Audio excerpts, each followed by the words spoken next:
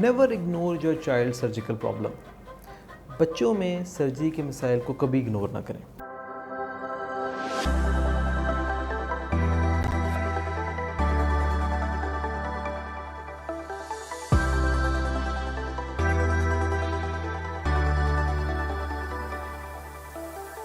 अस्सलाम वालेकुम, मेरा नाम डॉक्टर वजीर रहमान है और मैं बच्चों का सर्जन हूँ।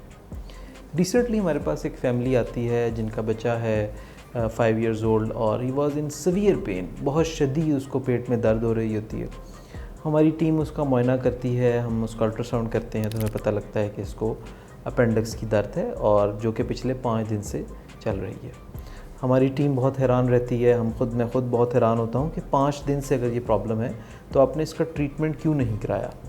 मज़ीद पूछने पे पता लगता है कि इनिशियली जब बच्चे को पेन स्टार्ट हुई राइट साइड पे अपेंडिक्स की जगह पे, तो पेरेंट्स थोड़ा सा हेजिटेट हुए कि नहीं, छोटे बच्चे को अपेंडिक्स कैसे हो सकती है, ये तो बहुत छोटा है, ये ऑपरेशन कैसे करवाएगा। और अल्टीमेटली उन्होंने डॉक्टर्स की, सर्जन्स की एडवाइस को इग्नोर किया और वो मेडिसिन लेके घर चले गए। इनिशियली 1-2 दिन तो बच्चा मेडिसिन के साथ ठीक रहा, लेकिन फिर दर्द दोबारा से स्टार्ट हो गई और अल्टीमेटली दर्द बढ़ती गई।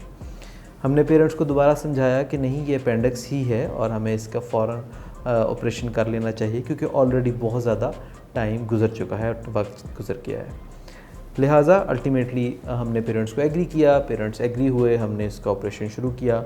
हमने लेप्रोस्कोपिक अपेंडेक्टमी की। जब हमने अंदर पेट के कैमरा डाल के देखा तो हम सब बहुत हैरान और परेशान रह गए कि अपेंडिक्स फट चुकी थी। जो एक छोटा सा मसला था, एक बिल्कुल माइनर सा इशू, माइनर तो नहीं कह सकते, एक अपेंडिक्स एक नॉर्मल ऑपरेशन था जिसमें अपेंडिक्स निकाल दी जाती है। जब उसको देखा तो अपेंडिक्स अंदर फट गई थी और जिसकी वजह से पेट में हर तरफ रेशा फैला हुआ था। अब एक छोटा मसला एक बड़े मसले में कन्वर्ट हो गया।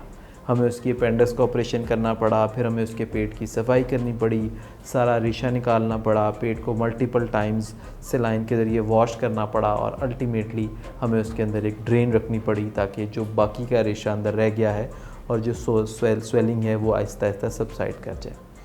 बच्चे को 3 से 4 दिन हॉस्पिटल में एडमिट रखना पड़ा। उसमें फिर आहिस्ता आहिस्ता उसकी पेन इम्प्रूव की, पेन ठीक हो गई।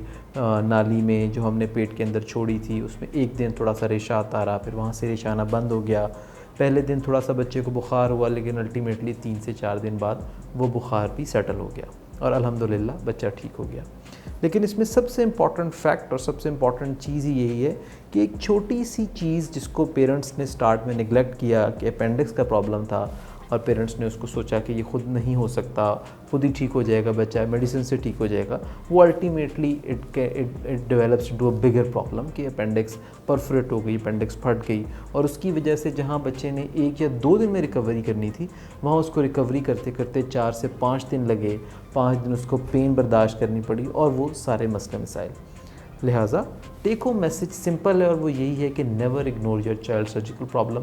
अगर उसको कोई सर्जिकल प्रॉब्लम है, आपके पेडियाट्रिक सर्जन ने, बच्चों के सर्जन ने आपको एडवाइस की है कि द चाइल्ड नीड सर्जरी और अगर कोई एमरजेंसी सर्जरी है तो फ़ौरन करवाएं। अगर वेट कर सकते हैं तो उनसे डिस्कस करें कि कितना वेट कर सकते हैं, कितने टाइम ड्यूरेशन के अंदर हमें सर्जरी करवा लेनी चाहिए और कोशिश करें उस टाइम ड्यूरेशन में सर्जरी मुकम्मल करवा लें। Thank you very much.